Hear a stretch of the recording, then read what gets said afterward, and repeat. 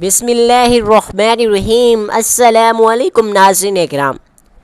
سلطان کی عادت ہر روز کی تھی کہ وہ دربار کے اختتام کے بعد اپنے محل میں ٹہلتے رہتے تھے۔ آج بھی وہ روزمرہ کی طرح اپنے محل کے اندر ہی ٹہل رہے تھے کہ ایک سپاہی سلطان صلاح الدین ایوبی رحمۃ اللہ علیہ کی خدمت اقدس میں حاضر ہوا۔ سلطان چونک کر سپاہی کو دیکھا تھا، کیونکہ اس وقت کوئی بھی سلطان کے پاس نہیں آتا تھا۔ انہوں نے کبھی اس چیز کے لیے کسی کو بھی منع تو نہیں کیا تھا، لیکن سب لوگ ہی اسی وقت آنے سے پرہیز کرتے تھے۔ سلطان قدم بقدم چلتے ہوئے اس سپاہی کے پاس آئے اور سپاہی سلطان کو دیکھتے ہی سر ادب سے جھکا چکا تھا۔ سلام کرنے کے بعد اپنی بات کی اجازت چاہی تھی۔ سلطان نے سر کو ہلکی سی جنبش دے کر سلام کا جواب دے دیا اور بات کرنے کی اجازت دے دی تھی۔ وہ سپاہی نگاہیں نیچے کر کے ادب کے ساتھ کہنے لگا کہ سلطان معظم، ایک بوڑھا شخص آیا ہوا ہے، وہ آپ سے ملنے کی مسلسل خواہش ظاہر کر رہا ہے۔ میں نے اسے منع بھی کیا ہے کہ ابھی آپ ان سے ملاقات نہیں کر سکتے، لیکن وہ باضد ہے کہ وہ ابھی آپ سے ملاقات کرنا چاہتا ہے، کیونکہ اسے بہت ضروری بات کرنی ہے۔ میں نے جب اس کو یہ کہا کہ تم کل صبح آ کر دربار میں اپنی بات سلطان معظم کے سامنے کر لینا، لیکن وہ یہ سن کر بھی مسلسل میری منت کرتا ہے، سماجت کر رہا ہے۔ میں آپ کو اس وقت پریشان تو نہیں کرنا چاہتا تھا، لیکن وہ بوڑھا کافی پریشان معلوم ہو رہا ہے۔ آپ سے درخواست ہے کہ آپ اس بوڑھے شخص سے ملاقات کر لیں۔ سلطان نے ایک نظر اپنے سپاہی کو دیکھا اور گردن کے اشارے سے اس بوڑھے شخص کو اندر آنے کی اجازت دے دی۔ سپاہی نے ایک بار پھر جھک کر سلام کیا اور سیدھا چلتا ہوا محل سے واپس باہر نکل آیا۔ سلطان وہی مین دروازے پر کھڑے ہو کر اس بوڑھے شخص کا انتظار کرنے لگے تھے، تاکہ معلوم ہو سکے کہ وہ سلطان سے اتنی جلدی میں کیوں ملنا چاہتا ہے۔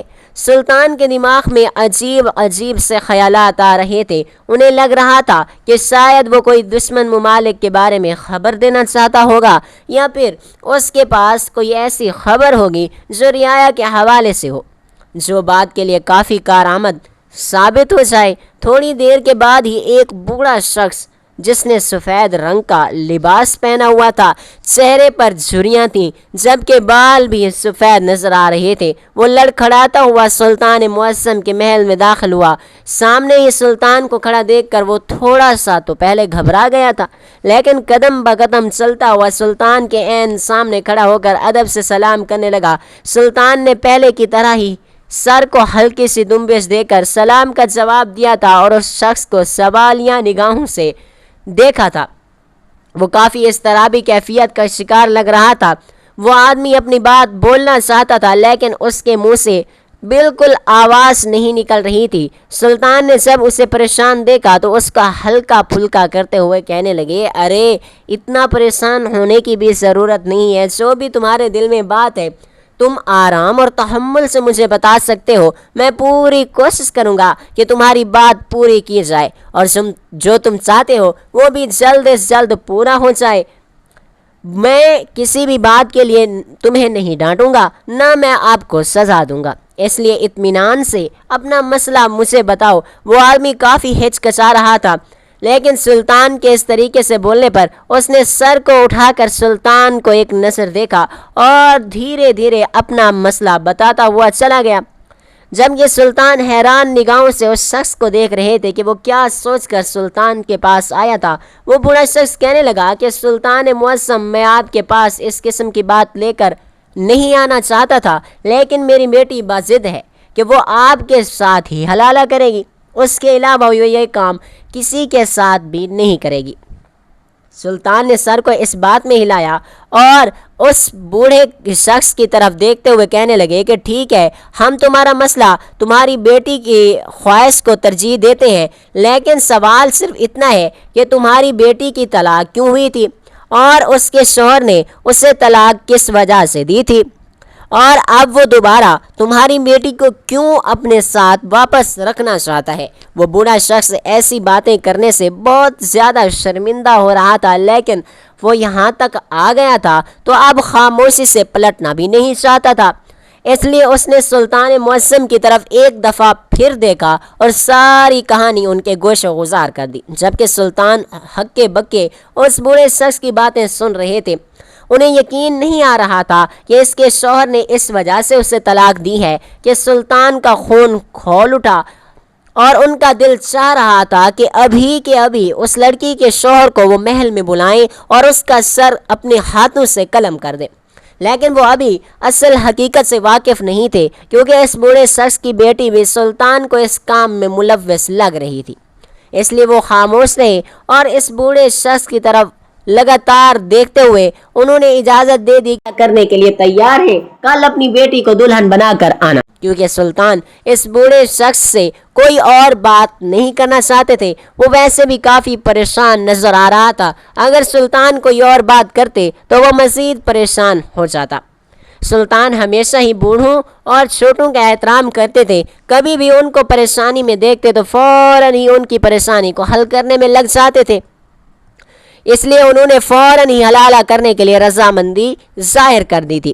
جبکہ اس بوڑھے شخص نے جیسے ہی یہ بات سنی تو وہ خوشی کا اظہار کرتے ہوئے کہنے لگا کہ سلطان معظم، آپ کا بہت بہت شکریہ، آپ جیسا عظیم بادشاہ اس سلطنت میں کیا اس دنیا میں کبھی بھی نہیں آیا، آپ ایک ہی ہیں، آپ جیسا کوئی نہیں۔ وہ مزید سلطان کی تعریفوں کے پل باندھ کر وہاں سے خوش جا چکا تھا، جبکہ سلطان نے گہری سوچ میں مبتلا ہو گئے تھے۔ وہ مسلسل ایک ہی بات کے بارے میں سوچے جا رہے تھے، یقیناً کچھ تو ایسا ہے جو ان کی آنکھوں سے چھپا ہوا ہے۔ آخر وہ لڑکی یہ خواہش ظاہر کیوں کر رہی ہے؟ اگر اس نے حلالہ کرنا ہی تھا تو وہ کسی سپاہی سے کر سکتی تھی، کسی وزیر سے کر سکتی تھی، کسی عام انسان سے کر سکتی تھی، لیکن اس نے سلطنت کے بادشاہ سے حلالہ کرنے کی خواہش ظاہر ہی کیوں کی؟ یہ بات سوچ کر ان کا دماغ خراب ہو رہا تھا۔ وہ جو اس پہر محل میں ٹھہرتے تھے وہ سب چیزوں کو پس پش ڈال کر اپنی مخصوص کمرے میں چلے گئے تھے۔ وہ ایک واحد جگہ تھی جہاں پر سلطان کا دماغ بہت تیزی کے ساتھ کام کرتا تھا، اس لیے وہ سوچنے کے لیے اپنے مخصوص کمرے ہی کو استعمال کرتے تھے۔ وہ اپنی نشست پر آ کر بیٹھ گئے تھے اور دماغ پر زور دینے لگے تھے۔ وہ ہمیشہ ایسا ہی کرتے تھے، چھوٹے سے چھوٹے مسئلے کو بھی بہت سوچ سمجھ کر حل کرتے تھے، اور بڑے بڑے مسئلوں کے لیے وہ تو پوری رات وقف کر دیتے تھے، اور ان کے لیے ان کی رعایا ہمیشہ ہی اہم رہی تھی۔ ان کے مسائل کو وہ اولین ترجیح دیتے تھے۔ ابھی بھی وہ اپنی مخصوص کمرے میں بیٹھے اس لڑکی کے بارے میں ہی مسلسل سوچے جا رہے تھے کہ آخر ایسی وجہ ہے کہ وہ حلالہ سلطان سے ہی کروانا چاہتی ہے۔ ان کو تقریباً سوچتے سوچتے رات ہو گئی تھی۔ اس دورانیے میں انہوں نے عصر، مغرب اور عشاء کی نماز بھی ادا کر لی تھی۔ کچھ سوچتے ہوئے وہ اپنے مخصوص کمرے سے نکل کر اپنی خواب گاہ میں آ گئے تھے اور وہاں تھوڑے دیر نیم دراز ہو کر رات کے آخری پہر کے وقت اٹھے تھے۔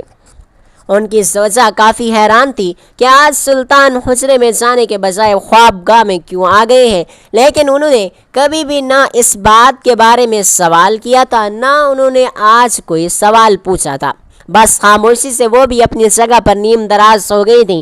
سلطان رات کے آخری پہر ہوتے ہی اپنے حجرے میں آئے ہوئے تھے۔ وہاں پر تہجد کی نماز ادا کر کے وہ بیس بدل کر محل کے پچھلے حصے سے نکل کر اس راستے پر گامزن ہو گئے جہاں پر اس بوڑھے شخص کا گھر تھا۔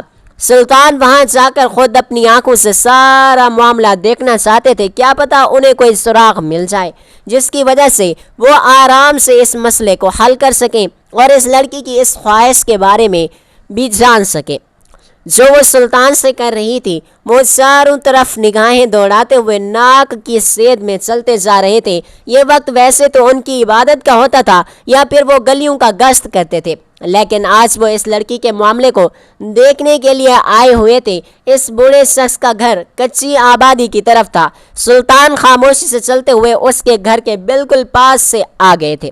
گھر کے اندر سے ایک چراغ جل رہا تھا۔ سلطان دیوار پھلانگ کر اس گھر میں داخل ہوئے اور قدم بقدم چلتے ہوئے اس کے کمرے کے پاس پہنچ گئے جہاں پر چراغ جل رہا تھا، لیکن دروازے پر ایک جالی نما پردہ ڈالا ہوا تھا۔ سلطان نے ایک طاہرانہ نگاہ پورے گھر میں ڈالی اور خاموشی سے وہ پردہ ایک طرف کو کر دیا، کیونکہ اندر سے دھیمی دھیمی کسی کے بولنے کی آواز آ رہی تھی۔ سلطان یہ تو نہیں سمجھ سکے کہ وہ آواز کس کی ہے، لیکن باتوں سے تھوڑا بہت وہ پہچان چکے تھے کہ اندر کون موجود ہے۔ انہوں نے غور کیا تو سارا معاملہ ان کو سمجھ آتا چلا گیا کہ وہ لڑکی آخر کیوں سلطان سے حلالے کی خواہش ظاہر کر رہی تھی، اور وہ بوڑھا شخص اتنا بے بسی سے سلطان کے سامنے کیوں بول رہا تھا کہ وہ راضی ہو جائے گا۔ سلطان کا غصہ سوانیسے پر پہنچا ہوا تھا، ان کے دماغ کی رگیں پھول گئی تھیں اور ان کا بس چلتا تو وہ ابھی اور اسی وقت اس کمرے میں داخل ہو کر اندر موجود لوگوں کا سر قلم کرتے، لیکن اس وقت انہوں نے خاموشی میں ہی عافیت جانی تھی، کیونکہ اگر وہ ابھی خاموش رہ جاتے تو آرام سے کل سارا معاملہ وہ حل کر کے کڑی سے کڑی سزا سے ان لوگوں کو نواز سکتے تھے۔ وہ خاموشی سے ایک نظر اس گھر پر ڈال کر واپس محل آ چکے تھے، اور ان کا ارادہ محل سے نکلتے وقت تو یہی بنا تھا کہ اس گھر کے معاملے کے بارے میں وہ تھوڑا بہت گلیوں کا گشت بھی کر لیں گے، لیکن ان کی ہمت نہیں ہوئی تھی۔ جو وہ دیکھ چکے تھے اس کے بعد تو ان کا کسی چیز میں دل نہیں لگتا تھا۔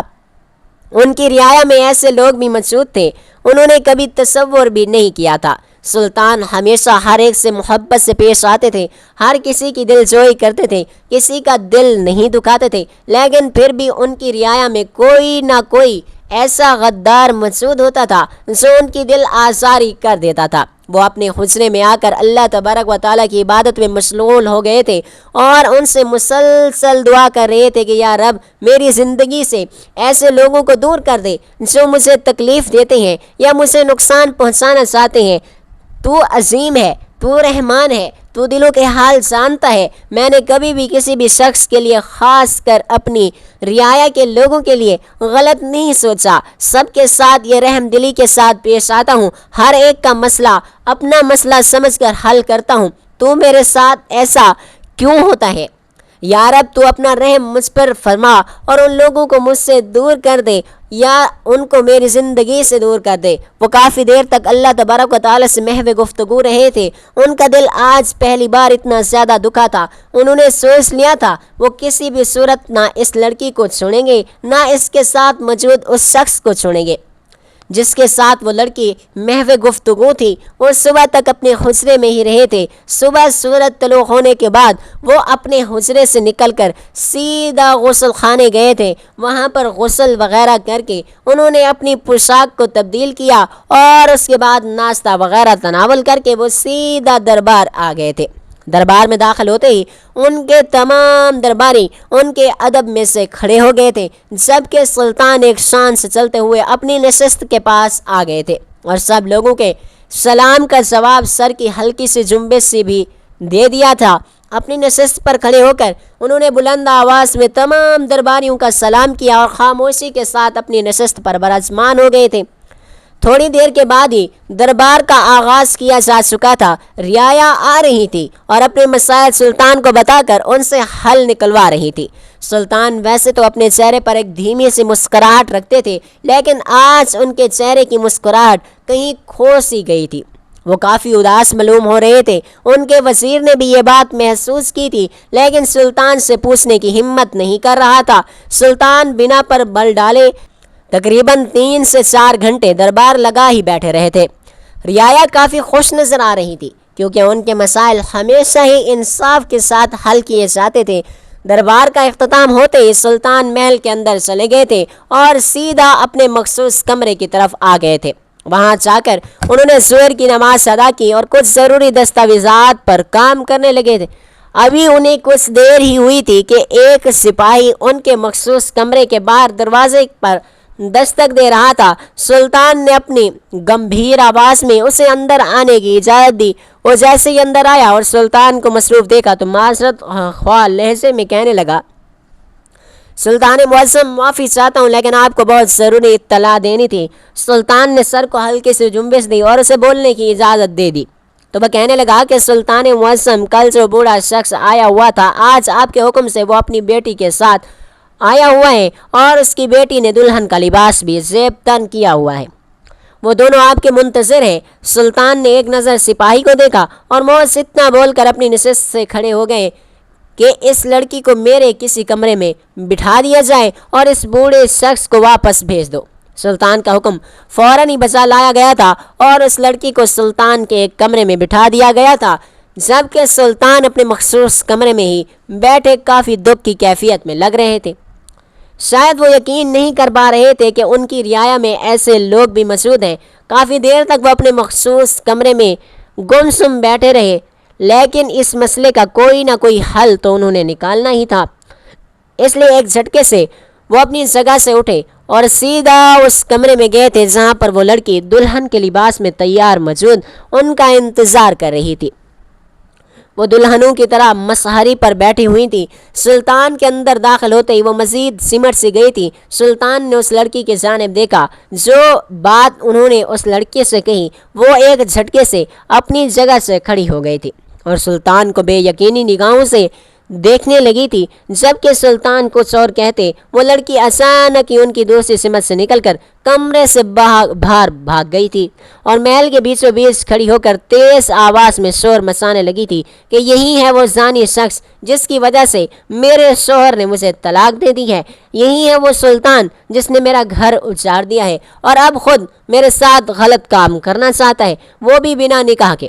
جبکہ سلطان کے چہرے پر ایک دھیمی سے مسکراہٹ سجائے اپنے اس کمرے سے باہر نکل آئے تھے۔ اس کا باپ بھی اپنی بیٹی کی آواز سن کر سپاہیوں کے روکنے کے باوجود بھی زبردستی محل میں داخل ہو گیا تھا، جبکہ وہ لڑکی مسلسل سلطان کو دیکھ کر ان پر جھوٹے الزام لگاتے جا رہی تھی۔ شور کی آواز سن کر ان کی زوجہ محترمہ بھی محل کے بیچوں بیچ آ گئی تھی۔ کنیزیں بھی سلطان اور اس کی لڑکی کو حیرت سے دیکھ رہی تھی، جبکہ سپاہی بھی سلطان کی طرف ہی متوجہ تھے۔ سلطان نے اس لڑکی کی جانب دیکھا اور کہنے لگے، یہاں پر کیوں شور مچا رہی ہو؟ یہاں پر تو تمہاری بات کوئی سچ نہیں سمجھے گا، میری مانو تو باہر جاؤ اور بڑے میدان میں کھڑے ہو کر اعلان کرو کہ میں ہی وہ زانی شخص ہوں جس نے تمہارا گھر اجاڑ دیا، اب تمہارا گھر بنانے کے لیے میں ہی تمہارا حلالہ کر رہا ہوں۔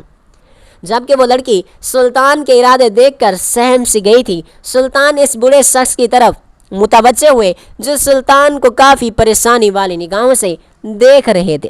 انہوں نے اس بوڑھے شخص کی طرف دیکھا اور کہنے لگے کہ تمہاری بیٹی بالکل بھی ٹھیک عورت نہیں ہے۔ تمہارے داماد نے جو اسے طلاق دے دی تھی وہ اسی وجہ سے دے دی تھی کہ اس نے سالن میں نمک تیز کر دیا تھا، یا پھر اپنی نندو کے رشتے خراب کر دیے تھے، یا پھر ساس کے کپڑے جلا دیے تھے۔ بلکہ تمہارے داماد نے تمہاری بیٹی کو طلاق اس لیے دی ہے کیونکہ تمہاری بیٹی ایک بدچلن عورت ہے، اس نے پہلے ہی ایک اور مرد سے ناجائز تعلقات بنائے ہوئے ہیں، اس کی وجہ سے وہ غیرت مند شخص اس چیز کا برداشت نہیں کر پایا اور تمہاری بیٹی کو طلاق دے دی۔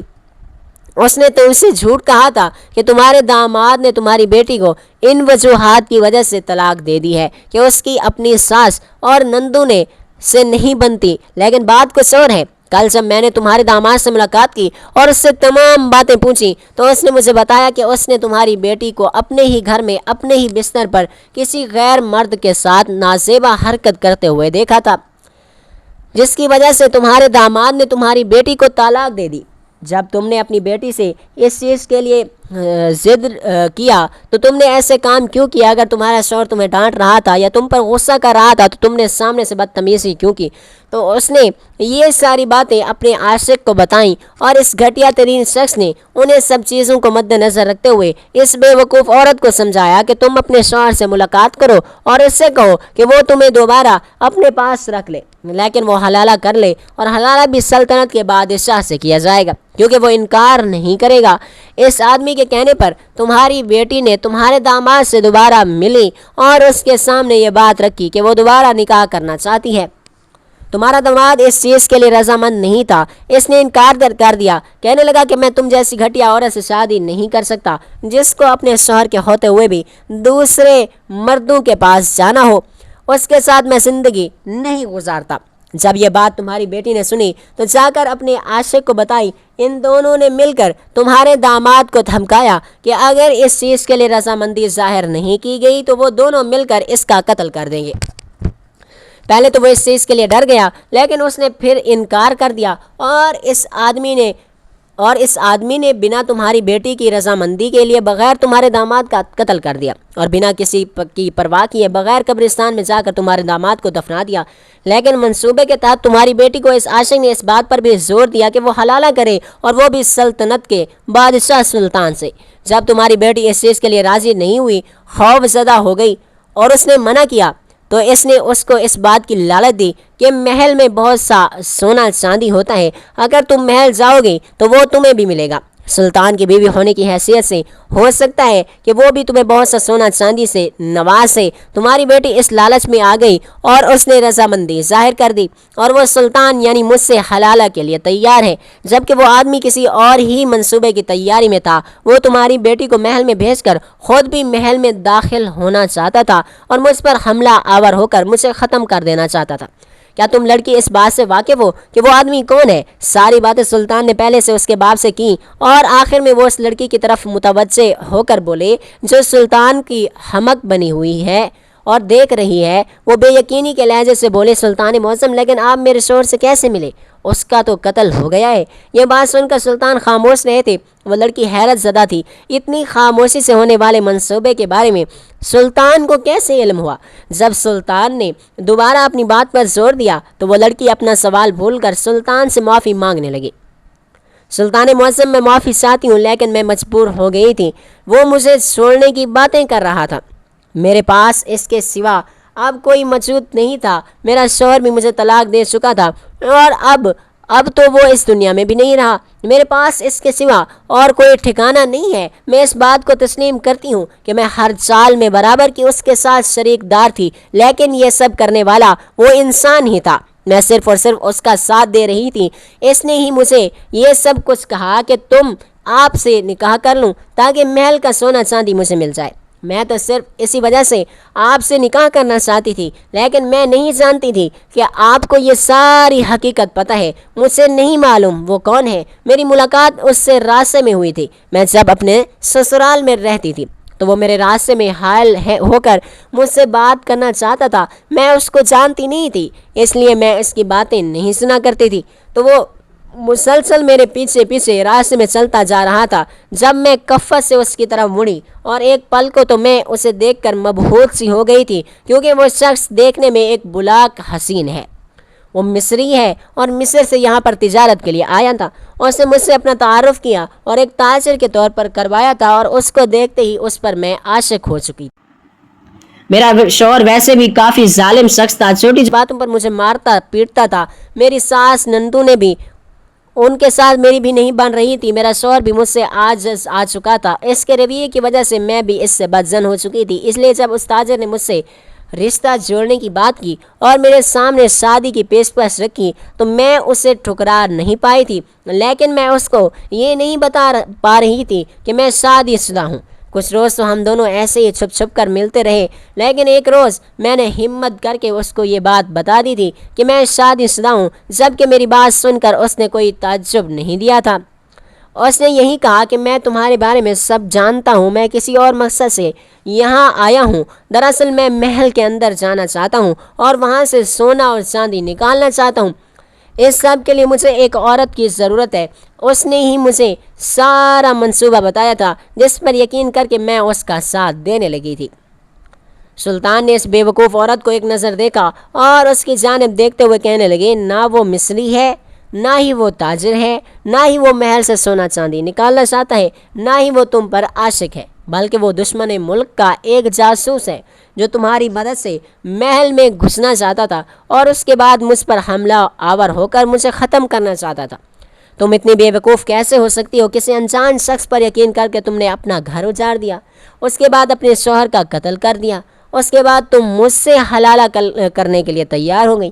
اتنا بھی کیا تم میں دماغ موجود نہیں؟ اس عورت کا سر جھک چکا تھا، وہ مکمل طور پر پکڑی جا چکی تھی۔ سلطان اس عورت کے شوہر سے نہیں ملے تھے کیونکہ اس آدمی کا تو ان لوگوں نے قتل کر دیا تھا۔ سلطان کی ملاقات اس مرد کی ماں سے ہوئی تھی۔ سلطان نے جب کمرے میں اس سے یہی باتیں کہی تھی کہ تم ایک مکار عورت ہو اور جس منصوبے کے تحت تم محل میں آئی ہوئی ہو وہ منصوبہ میں تمہارا کبھی بھی پورا نہیں ہونے دوں گا۔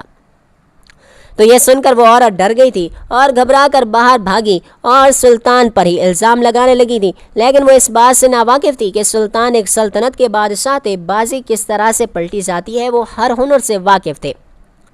وہ عورت کچھ بھی نہیں کہہ رہی تھی، بس خاموش سر جھکائے کھڑی ہوئی تھی۔ سلطان نے اس عورت کی جانب دیکھا اور غصے سے گرجتے ہوئے کہنے لگے، مجھے صرف اتنا سا بتا دو کہ وہ آدمی کہاں پر ہے۔ میرا دل تو بالکل بھی نہیں ہے کہ میں تمہیں معاف کر دوں، لیکن اگر تمہارا شوہر تم پر ہاتھ اٹھاتا تھا، تم سے بدسلوکی کرتا تھا، تمہارا علیحدہ ہونا اس سے درست تھا۔ قتل تم نے نہیں، اس آدمی نے کیا تھا، اس لیے میں تمہیں رہا کر رہا ہوں، لیکن اس انسان کو پکڑنے میں ہماری مدد کرو تاکہ وہ کوئی اور نقصان ہماری سلطنت میں کرنے سے پہلے ہی پکڑا جائے، کیونکہ اس آدمی کا کوئی بھی بھروسہ نہیں کہ وہ کب کیا کر جائے۔ جبکہ اس عورت نے پوری سلطان کی مدد کی اور ان کو اس آدمی کے ٹھکانے کے بارے میں بتایا تھا۔ سلطان نے فوراً ہی اپنے سپاہیوں کو اس آدمی کو حراست میں لینے کے لیے بھیج دیا تھا۔ جبکہ وہ بوڑھا آدمی سلطان کے قدموں میں بیٹھ گیا تھا، وہ سلطان کے سامنے ہاتھ جوڑ کر معافی مانگنے لگا تھا اور کہنے لگا تھا کہ سلطان معظم، میں نہ جانے کیسے اپنی بیٹی کی باتوں میں آ گیا۔ میں نے یہی سوچا کہ حلالہ میں آپ سے کروا لیتا ہوں تاکہ میری بیٹی کی بدنامی ہونے سے بچ جائے۔ اگر میں کسی عام انسان سے حلالہ کرواتا تو میری بہت زیادہ بدنامی ہوتی، اس لیے میں اپنی بیٹی کی باتوں میں آ کر آپ کے پاس آ گیا تھا۔ مجھے معاف کر دیں، میں آپ کا ہمیشہ شکر گزار رہوں گا کہ میری بیٹی نے آپ پر اتنا گھنونا الزام لگایا، آپ کے خلاف اتنی بڑی سازش رچی، اس کے بعد بھی آپ نے اسے معاف کر دیا۔ سلطان نے ایک نظر اس آدمی کو دیکھا، اس کے پاس ہی نیچے زمین پر بیٹھ گئے اور اس کے کندھوں پر ہاتھ رکھ کر کہنے لگے، میرے لیے میری رعایا کا ایک ایک فرد اہم ہے، اس لیے اگر ہماری رعایا راستہ بھٹک جاتی ہے تو ہم اس کو خود اپنے ہاتھوں سے راستے پر لے کر آتے ہیں۔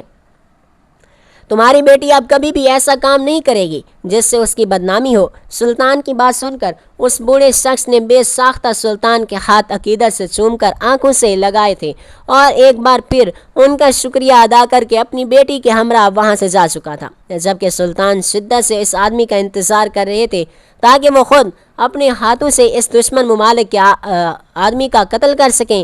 تھوڑی دیر کے بعد ہی ان کے سپاہی زبردستی اس آدمی کو گرفتار کر کے سلطان کے قدموں میں ڈھیر کر چکے تھے۔ سلطان نے دربار میں اس آدمی سے سچائی اگلنے کے لیے کہا اور اس سے یہ بھی پوچھا کہ تم یہاں میرے قتل کے علاوہ اور کس مقصد کے لیے آئی تھی، لیکن اس نے کوئی جواب نہیں دیا تھا اور خاموشی سر جھکائے رکھا تھا۔